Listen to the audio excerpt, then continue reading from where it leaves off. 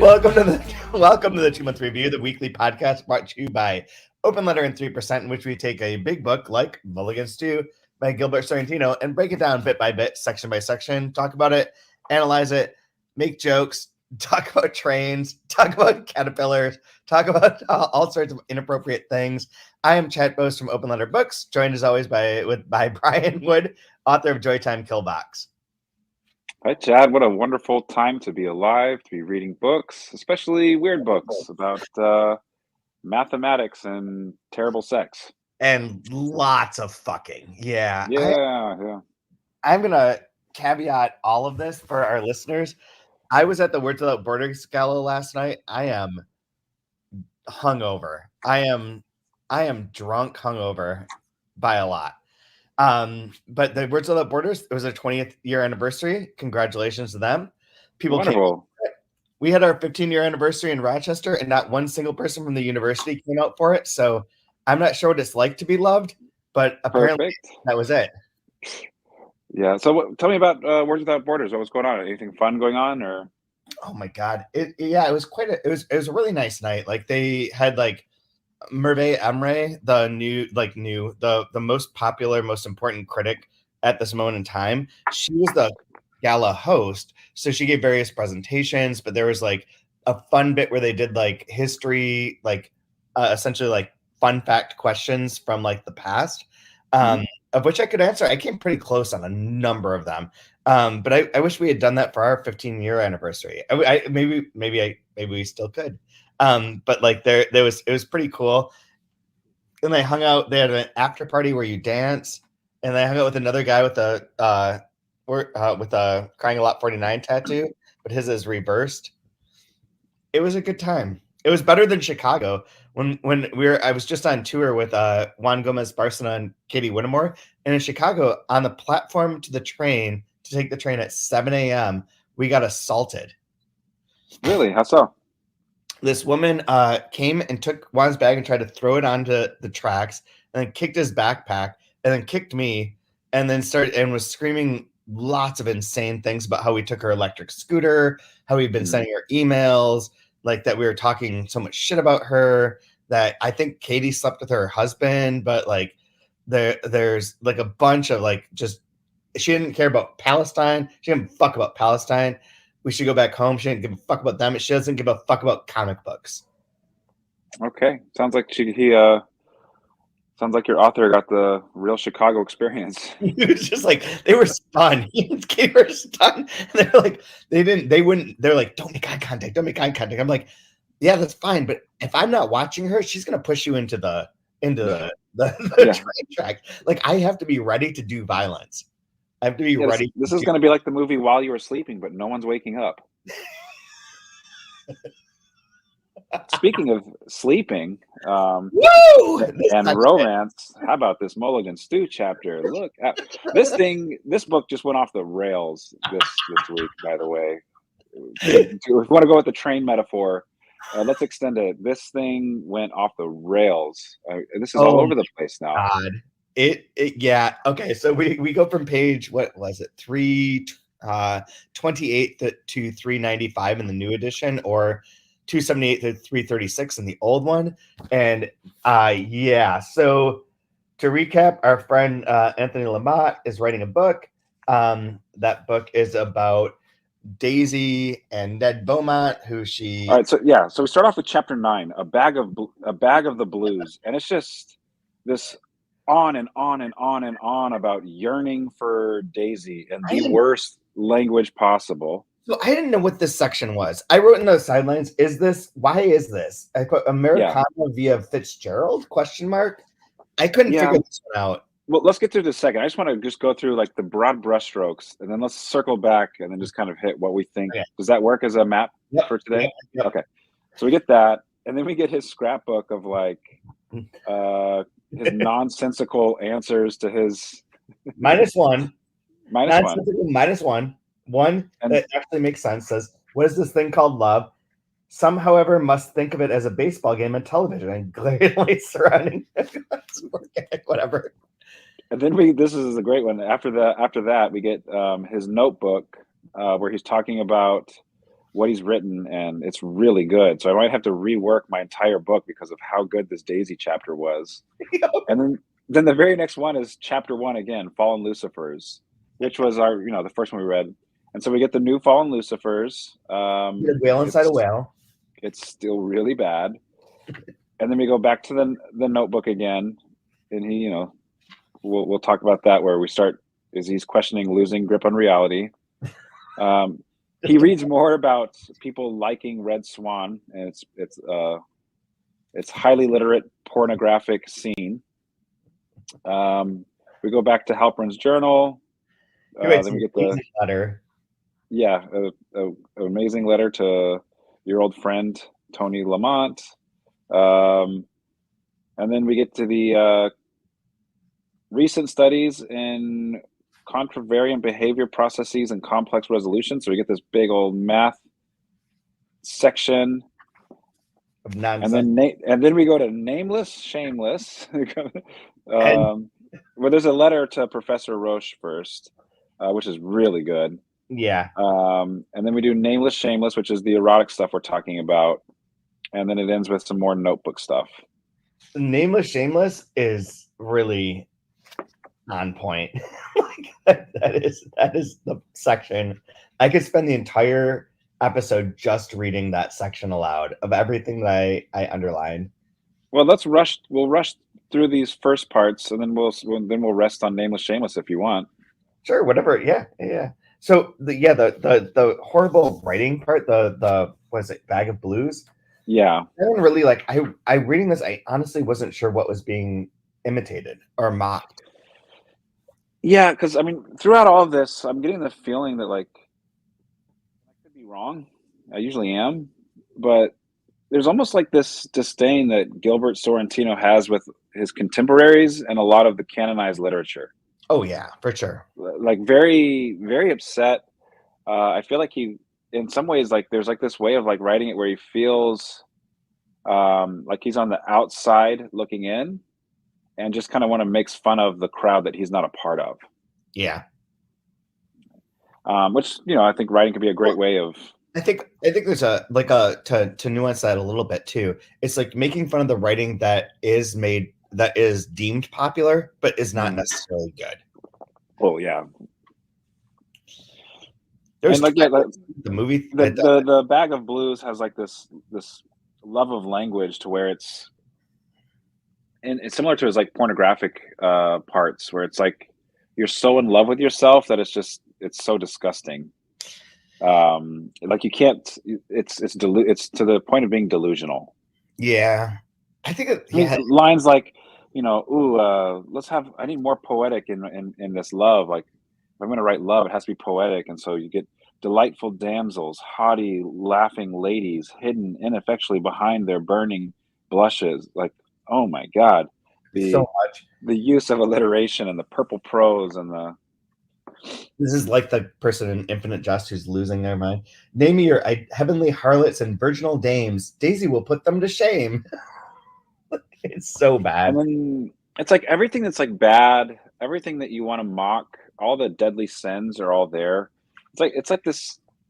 It's almost like he's doing a satire on the typical literary white male author. Yeah. Where you take where if you have I know you don't like the word gaze, but the male gaze upon a woman, and everything is going to be food related, right? Something that you consume, something you devour. Her coffee colored eyes boiled as her tongue supreme sought out their yearning tonsils. Just everything's so bad. So the part that I circled here, that's this is a side story, side joke. In silks and lace and casual duds, missing cocktails, laying plates, and taffeta and nylon, mashing spuds, hanging curtains, laughing gaily, spraying Windex, cranking ice cream, shelling peas, carrying the sprightly conversation, smoothing spandex, long of leg. That then goes on and on and on as to describing Daisy. I heard this story once from John O'Brien about George Plimpton, that he and George Plimpton were on a National Endowment for the Arts committee where you gave out the awards for fiction writing, and they had a bunch of samples, and one of them included Windex. And Plimpton was like, "This is a great book up until it begins to be sci-fi." And they're like, "It's not sci-fi." And he's like, "What is this Windex of which one sprays?" Like, no, it's like how things get clean. He's like, "I have no idea. Like, I've never had to use." I'll have to ask my cleaner if this is true or not. Like, you're really out of touch there. Exactly. Her creamy sized chinchilla, her chats raw silk. Oh my In God. her mouth, the dolus argot turned pistachio and peach and French vanilla. A gelati, a spumoni, a cannoli, a tortoni. It's so amazing. It's so bad. So I have a question for you as an editor. Do you have, like, say there's a young author that's written something and it's crap. From your perspective, are there like some like basic, like Mount Rushmore of deadly sins that you see in bad writing? What would those be? If there's like, can you just please eliminate, can these 4 things just go away forever? Do you have something that stands out to you as being just, yep, that's bad? I do not. And as you say that, I'm not sure that I ever would. I definitely don't. But I think it's hard to say, like, I don't know if this is misattributed, but I remember talking to someone who had Stanley Elkin as a creative writing teacher, and they gave back her, it's a woman who owns Left Bank Books in St. Louis, my future employer, because I'm going to go live in St. Louis for a year and watch every single baseball game, and I will work there in my spare time. But anyways, so she had Stanley Elkin as a professor. She turned in a short story. She's like an undergrad, and gets the story back with no comments on it. And she stays after class and is like, "You didn't put anything on my story. Did you hand it back on accident?" He's like, "You can't polish a turd." And I think that there's that. Like, you cannot polish a turd. Like, it's not that there are 4 things that you can change. It's that this is a turd. Yeah, no, I'm not saying 4 things to change, but like these, like, I don't know, like whatever you do, just please don't do this. I'm tired of seeing this, and like those type of like talking animals, the word Okay. gaze, standing on a mountainside at the end of your book, having a realization. Okay. Those are 3. Well, like one I got from I was asking Spellman about bad writing they sing with Ten House when I was asking him about that, and like his one that was like his like biggest pet peeve was navel gazing, which a lot of these chapters is just all navel gazing. Characters that sit around, think about things, don't do anything. Like meanwhile, it's like, are the police going to get here? Are the police going to get here? Is something. So navel gazing, overly purple prose would be one for me. Like I keep saying, like using like one rule, not really a rule, but utilize Anglo-Saxon over the French and the Latinate. Yeah, trying to be saying conflagration when really fire is probably the better diction choice when you're saying gaze instead of look. So yeah, that kind of thing. And obviously, this is terrible with it. One of my big ones is just terrible dialogue tags. Like, can people just say things? But no, it's always shriek, cried, murmured, guffawed, whispered, exclaimed. So like any like basic little, like, let me give you a tip to help you out. Like, he does all this wrong while saying, and every single letter he sends is like, why don't you appreciate me? Don't you know that I'm good? Like, so this level of delusion is getting to the point where it's just starting to feel really sad. Because like the grandeur is getting higher, and the delusion is getting higher with it, and the characters in the book are sinking lower and lower, and feeling really bad about it. That's true. That is very true. So there's our terrible bag of blues. Even the end of it, he's not even. I just said, like, you're not even trying anymore. It just says blue. Blue. It doesn't even like he's running it whatsoever. I have the exact same thing. Can you not even try? Which, like, I'd really like to go from that to the Lamont's notebook. Yeah. Because first he's like so proud of. There we go. Bag of blue. Yeah. Better as an alternative, the unrequited lover fits nicely into the plot to date. The chapter wrote itself. Yes. Like what? Like he's so proud of himself that he like somehow took a plug and put it right to the center of the universe, and it just came out of the cosmos onto the page. You know, like it's a pile of shit. It's In so any event, a tentative rewrite of Chapter 1, allowing Halpin to reveal 1, that he did murder Beaumont, and 2, that he is madly in love with Daisy, although she doesn't know it, and 3, that he murdered Beaumont partly because of his hidden love. Give it a try? I really like the absolute honest truth about blues is that it frightens me. Only a man losing his grip would talk or write this way. Yes, and you should be frightened by it. Yeah. And like even like when you read how terrible that chapter was, I love this idea of how to structure his novel. Perhaps blues after chapter 2, or make it chapter 1. Immediate setting of mood. Better yet, use a prologue. Prologue!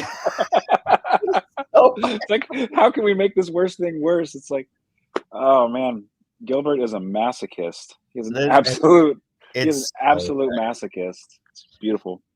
It really is so. Oh my god! Like this is really the best part of this part of the book. Sings in a lot of ways, with the exception of like the mathematical bit. I can't. Even the second time through, I don't like this. Like, I don't like reading this. It just made me realize like something really funny is going on here, and I'm not smart enough to get the joke. So, I got some of the jokes, but most of it was straight over my head. Same.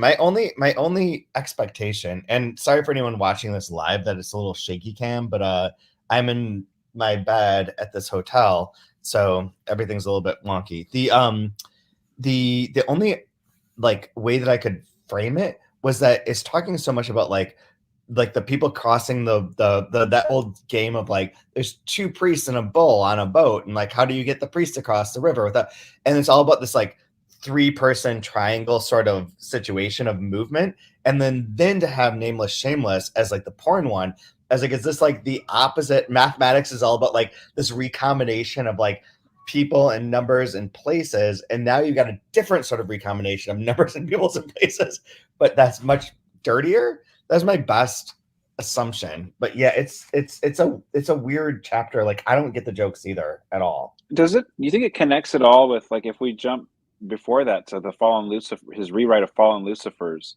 I mean, we still have all of the pawns and the puzzles and the jigsaw puzzles and putting the pieces together to make order out of chaos. And if you think of this as a definitive postmodern work, postmodern, like to way oversimplify things, like like having too much information and the world becoming fragmented and chaotic and more tessellated and just like, you know what I mean? Yeah. And then the chaos of that mathematics, where it's just like, this is bizarre, this is bonkers. Like math is getting weird. Where is the structure? Where is the order? Where is the meaning? Where is the map of meaning? No. This is madness. I want to save like bits of this for like the line of the week, but I also like I'm not sure that I could narrow it down to a line. But in his letter, so he gets this from his friend, who this math paper is from, I believe, written by a Baroness de Lennox, her son or nephew, whatever it is. And she writes him a letter. She's been a patron of the art. She gives him money, has given him money, has helped him out in the past. And he talks about like some of the people that they were all together with, like Lou Henry, Bert Kahane, Leo Kaufman, Guy Lewis. Those are all people that are in Imaginative Qualities of Actual Things, the Sorrentino book. So those are like the bad artists from the different book. But then he just like rips into her in a way I can't even. I fucking love every bit of this. Like this is so mean and so over the top. But the part that I think maybe might be most relevant for here is when he says, "Your information about my being an editor is wholly incorrect. I've always thought that editors are a bit on par with sink installers, pig raisers, and bedspread manufacturers. Noble callings all, yet I am not an editor, nor did I always want to be an editor. You speak, if you will forgive my bleeding crassness, like a baroness with a paper asshole. That is, you are full of shit. And then he also like he says, I'm not going to read for $50. I'm not reading this stupid, pretentious article. The subject matter is far beyond my poor understanding. That is, I don't even comprehend the motherfucking piece of shit. Thanks for the offer. So goddamn good. I do have a question for you. So if we're talking about the idea of the author kind of allowing his narrator to take shots at works of and styles and modes, what do you make of in his chapter Fallen Lucifers how he somehow shoehorns in I pretended in my interest towards giving my views and a translation of Gypsy Midnight, Jorge Cabron's poetic novel about a panoramic canvas of South American family life under a dictator. I had always despised Cabron. There are two running jokes I have in relation to this book. One is that in his book he references Valencia, which I assume is like a different Valencia than Spain's Valencia. But I reread this piece in Valencia, Spain, and then the parts about Latvia always crack me up. But that part is so funny because he includes like this terribly written book inside a terribly written book, and like so it's so whale inside a whale, to use a local idiom or whatever. I don't know what you call that, like a reference or like an inside joke. That's truly an inside joke, but like it does have like shit inside of shit. And like the part that he includes there, like up until that point, to be honest, that chapter's rewrite is so much better than the other ones. Yeah. It's that's the magic trick and like the genius of Sorrentino is that he's like, I have a bad chapter. I have to make it awful, but I have to make it better than one before because it's rewritten the third, fourth time. Right. And so like the skill and the level and of writing that to like suspend these weird jokes, it's incredible. So good. I notice he's playing off of like literary tropes and cliches. And so this cliche of South American family life under a dictator. I mean, how many books? Every one. Is that all that there is that we get translated into English? Is that kind of what he's saying as the author? Like, oh God, not enough. And then the part that I think is the best is towards the end of it, where he says like indigo. I don't even know where this is. I hear in the crepuscular chattering of the nocturnal light. This is the book inside the book. I hear in the crepuscular chattering of the nocturnal light that stirs in the undergrowth all about me, the hiss and simmer of a cauldron of passions. Indigo is hell itself. Indigo. Again, indigo is hell itself. That bubble and churn their wanted temptations to me. A veritable stew of lust, a soup of pleasures various. Unholy goulash. Of wistful perfidy that are dragging me from the glittering face of my innocent maiden. God, that it were her true face in the flood, and not merely the reflection of my own hellish madness, dragging me toward their ivory limbs and their most labial their gossamer apparel dropped in the arms of various underbrush that seems almost to turn away a blush. Which is that's the beginning of 10. So like he's rewriting this chapter, but then in this terrible bit that's inside the terrible bits, it is referencing exactly what he's about to write. Yep. And his pistol onomatopoeias are amazing. Holy shit. The guffaw of a pistol. Kabow, krabing. He's got ka-ching, cough. Is one of them. Ka-ching with double exclamation points. Oh, so good. Faultlessly blue. Yeah, always. Then obviously the very next page after that, an enormous improvement in the quote Lucifers. Needs some more work to smooth it out. A verb the earlier version lacks, but it is clear that A, Halpern's language attains the strange rhythms and grotesque inconsistency of the guilty mind. 2, can keep blues since H makes his secret love for Daisy clear. 3. Now blues is chapter 1 or a prologue. 3. Matches on floor good. A pattern they make.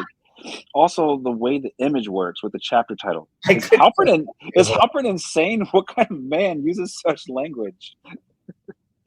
No, Halpern is not insane. You, my dear sir, very much dear reader. Yeah. Oh my god, the bit of like, then there's this section that's like a review of the Red Swan, which he gets from his sister. Terrible. That book sounds. This is another great trope where he's making fun of the literate, eroticism writing, which makes me think of, there's those awards where they give out bad sex writing. I was trying to find that right before I got online with you. I would have more, but It's typically like Joshua Ferris. It's just for whatever reason, it's oddly 100% white dudes is all you're gonna find on the bad sex writing. Yeah, it's about 99% of the time it's 100% literary white dudes like Franzen and Ferris and Elizabeth Gilbert was on one of them recently. Then I screamed as though I were being run over by a train, and that long arm of his was reaching up again to palm my mouth, and I bit into his hand the way a wounded soldier bites on a bullet. What? And train, what the fuck? Like that train trip was just a joke, and like. Well, I don't mind mixed metaphors, but when you go from like James Frey to biting to bullets, what's James Frey?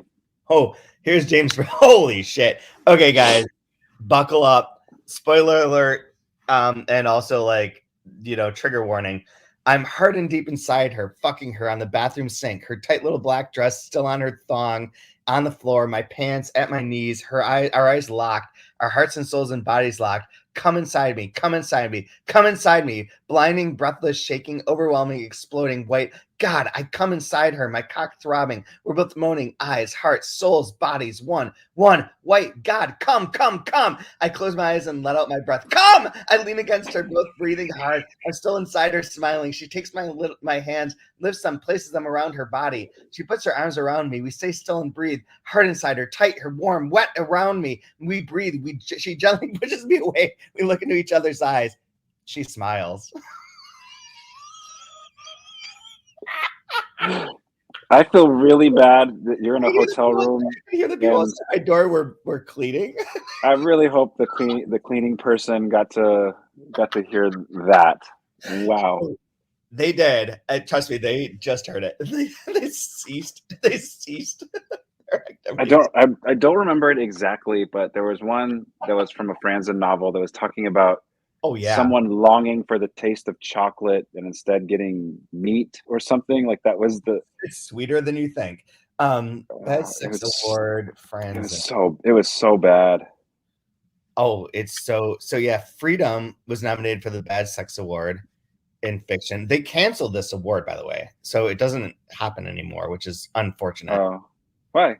And I can't read anymore because I've used up all of my free articles. But yeah, it's always that. I remember the Friends one too, and it was about eating ass, and it was like something about chocolate and beef or something like. It was just like, that's like a Limp Bizkit song title. What are you doing, bro? You've never gotten laid. Poor Franzen.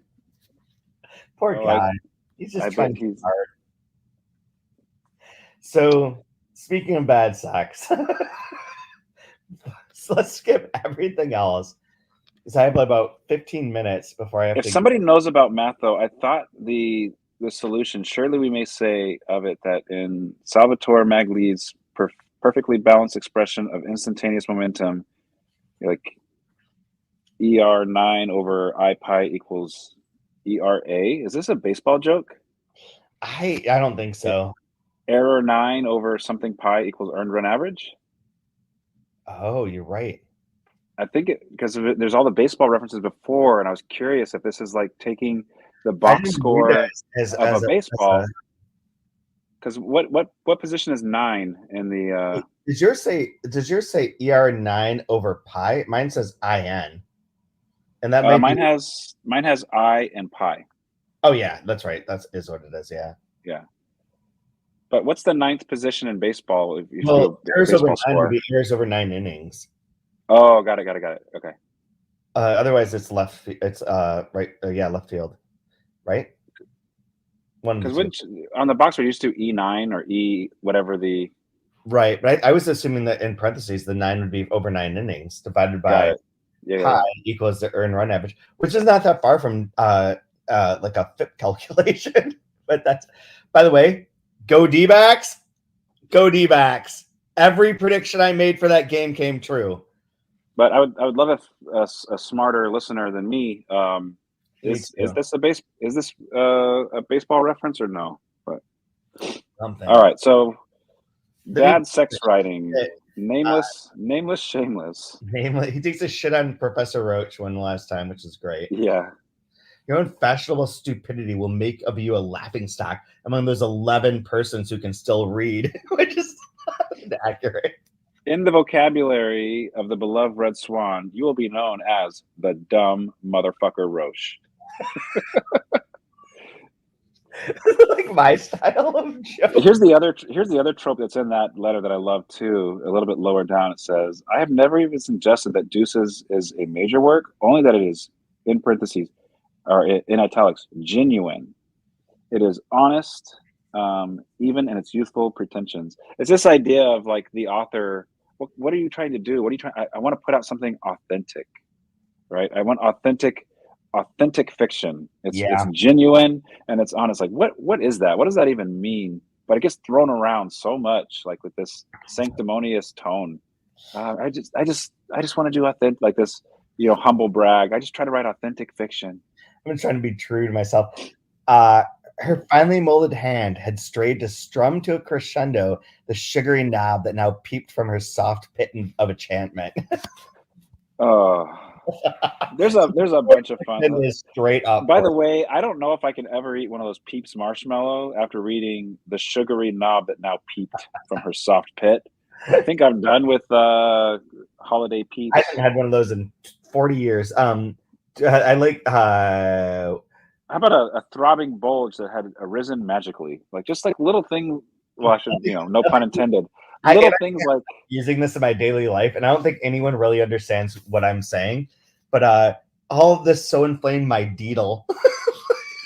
God, like my deedle's getting inflamed by this situation. Like that's so good. There's just like I know people don't like the word moist. That gives a lot of people, but I got one better than you. How about what? the steamy cavern. Oh my God! The hungry sector of her anatomy toward my still ready slugger. There's a baseball reference. Drove down that weapon deep inside Madame Delamont's scorching Shangri-La. Scorching Shangri-La. And there's also there's these wonderful callbacks that he keeps doing, because before he was talking about poetry and we got some references to Sappho. And then here, being played in homage to the fabled Isle of Lesbos. I plunged to the hilt sapphic perspiration, so there's callbacks to things earlier, right? Yep. I plunged to the hilt of my towering Charlotte Russe into her waiting honeydew. Oh, there's honeydew, there's cantaloupes. We're back to the food thing again. Oh my God. Her other hand softly tickling the engorged pom-pom that it sported handsomely. I could not stop laughing reading this. I tried my best not to text you any of the things. I was like, this is so goddamn good. So goddamn good. Sink a finger into the delight of Marquis de Sade that peeked out from his richly spent lace. My God. Twisted pretzel like they writhed. They groaned. They swore sizzling oaths of deathless lust. I love it. Blistering. Deedle is exactly the term that I needed for my life. Like I've been waiting for deedle for years. Or how about just like we talk about like how bad adverbs are, and keep them out of your right. Daisy feasted juicily on the chubby mound. Oh my God. Feasted juicily. Oh, Oh, God.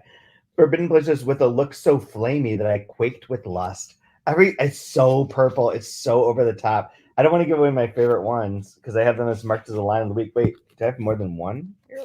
I do. Oh, I do. Ooh. I like. Oh, okay. So Deedle, all this so inflamed my Deedle that the languorous Madame Coriendo, who had been reclining on a rug of yellow ermine, spying it, lurched famished next to me and crushed her body, intoxicating with the sense of musk and mint and marshmallow, resplendent burnt cinnamon, nicey naughties that served to increase the splendor of her smoking charms against mine. What a nonsense sentence. It's so bad. Like I've had a running gag for a while. That's not entirely a running gag, but just pretty much a running gag that I could write fucking porn. Like I could write monster erotica, and I've told people I do, and then I sell it and I make money and I have a pseudonym, and that may or may not be accurate. Like let's just leave that as like a possibility. But like this makes me more confident in my ability to write real porn. So here's our grand illusion, right, that we've been talking about and how he's losing his grip. So Lamont's notebook. There must be poetry. The vulgar can be heightened no end, no end. Yet, is there not an essential vulgarity to it all? Is this not the obligatory sex scene that has become a necessity in all modern novels? Whether it is or not, it is a success. So it's like the delusion of overconfidence. And then like 2 paragraphs later, how could I not have realized that the Baroness must know Roche or even Trellis? Like it's like his paranoia and his overconfidence are so heightened. He goes back to to find the throbbingly erotic poems of Emily What's-Her-Name. So I looked up the erotic poetry of Emily Dickinson, and oh man, it's funny. Yeah. I'd never read the erotic poems of Emily Dickinson, but I'll give you one from a Huffington Post article I found. And this author, this is talk about bad writing. This author of the article said, "Caution, do not try reading these at home alone. You may need a romantic partner or an electric device nearby." God. Oh man. My God. Let's see if I can find one. This one is called Wild Nights. Wild nights, were I with thee, wild nights should be our luxury. Futile the winds to a heart in port, done with the compass, done with the chart. Rowing in Eden, ah, the sea, might I but moor tonight in thee. Oh my God, that's horrible. I'm gonna moor in that tonight. Let me tell you. And I know what I'm saying in my next pillow talk session. I can't ever get out of my head that every Emily Dickinson poem can be read to the song of Gilligan's Island. Sure. That one. Dun, dun, dun, dun. I circled at the end of this of his excerpt from Rayon Violet, where the very end just says, "We can have a salad." And I just put, "Good, dear God." Yeah. Dear God. Yeah, which it kind of makes you wonder too. I mean, with Rayon Violet, like it's hard not to take it as a euphemism, but yeah. And so then we end with this thing with Lamont's scrapbook and this dude, Anthony. He calls him Anthony Lamonti, but he's like trying to sell him some scam or something. So I'm curious how that's going to end up. He's been getting these scams by mail all the time. Like it's so funny by mail. It's so funny that that's the joke. But also, like this one reminded me of Gravity's Rainbow, because Gravity's Rainbow has a bit that like everything is shit, and they go down the toilet, like money, capitalism, war, all of it is shit. And in this, he's like, you know what we could do? We can just get the coins that people shit away out of the sewers in like a major metropolis. I won't tell you which one, but New York City. And New York City's a good one. We'll hire people to get all the money out of the shit, and you'll be golden. And that feels like a metaphor for the whole book. That's like the thesis of the whole book, is that out of the shit there is gold. But like it is really interesting, like as a plot point, that he's constantly being talked to by these scammers. Well, let's try this try this on and just tell me what you think, and we'll get out of here because I know you got to check out. At first, it was amusing, but with this letter, it becomes annoying. The blatant attempt at swindling me is too much. Anthony Lamont. Yet the language is fantastic. Perhaps I can reproduce it for one of my characters later on. Change the name? Oh my God, I fucking love this book. So are we supposed to take that Anthony Lamont is just a swindler and a charlatan? Yeah. Right? Right? This is amusing, but now it's become annoying. It's a blatant attempt at swindling me. And what has this book been? Oh, this is amusing. This is really annoying. I just feel like someone's trying to get something over on me here. What is this? It's exactly what we've been reading this whole time. Exactly. Him and his Deedle. Deedle, such a good word, man. All right, if you have your line, what's that? I have my line of the week ready right here. It's not even the full sentence because the sentence is too long. My rampant horsey, still proud as the staff on which Old Glory flew, that fateful dawn on which our nation's stirring anthem was indicted, was held and lovingly performed on by the shining daisy as she lay before me, straining like a thoroughbred, her pounding mango framed in sight. Can't go on. Oh my God. Sunny down, her superbly crafted thighs tattooed with dainty lengths of insubstantially delicious that gently pinched the glossy tops of the navy sureness that caressed her legs. That was my if that's the bad sex one, I think. All right. How about BP's feature review of The Red Swan by Dermot Trellis, introduction by Vance Whitestone. We're at the very end of his review. The Red Swan proves, at least to this reader, that pornography can be as delicately and finely made as the most exquisite Parisian lingerie and still possess the ability to make the juices flow and the breath come quicker. Highly recommended.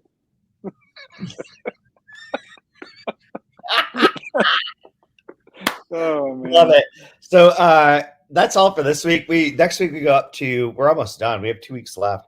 Next week in the new edition, we go up to page 455, and in the older edition up to page 388.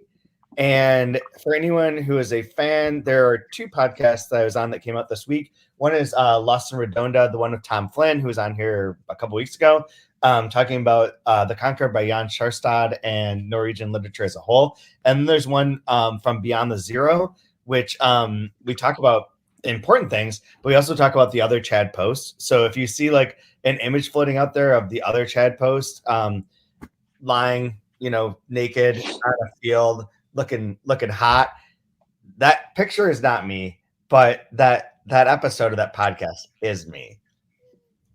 You think you want to plug, man? Nothing to plug. Not this time. Go D-backs. D-backs! I called it's the end. I'm going to point out that I got out of the shower and I went and I texted 2 people. I texted them one thing and I copied it twice, in which I said, these are my 4 predictions for tonight. Corbin Carroll will steal more than 1 base. Fat will be nails, which is indefinable, but we know what that means. Harper will choke at a big moment, and the D-backs will win 4-2. And it was ding, ding, ding, ding, ding, like straight down the line. Every one of those things happened. Okay, well, I'll tell you what's going to happen in the World Series. They're going to do a close-up on Bruce Bochy, and the audience is going to think, what size hat does that guy wear? Holy cow. And then at some point, he's going to barely waddle out to the pitcher's mound because his knees are made of dried linguine.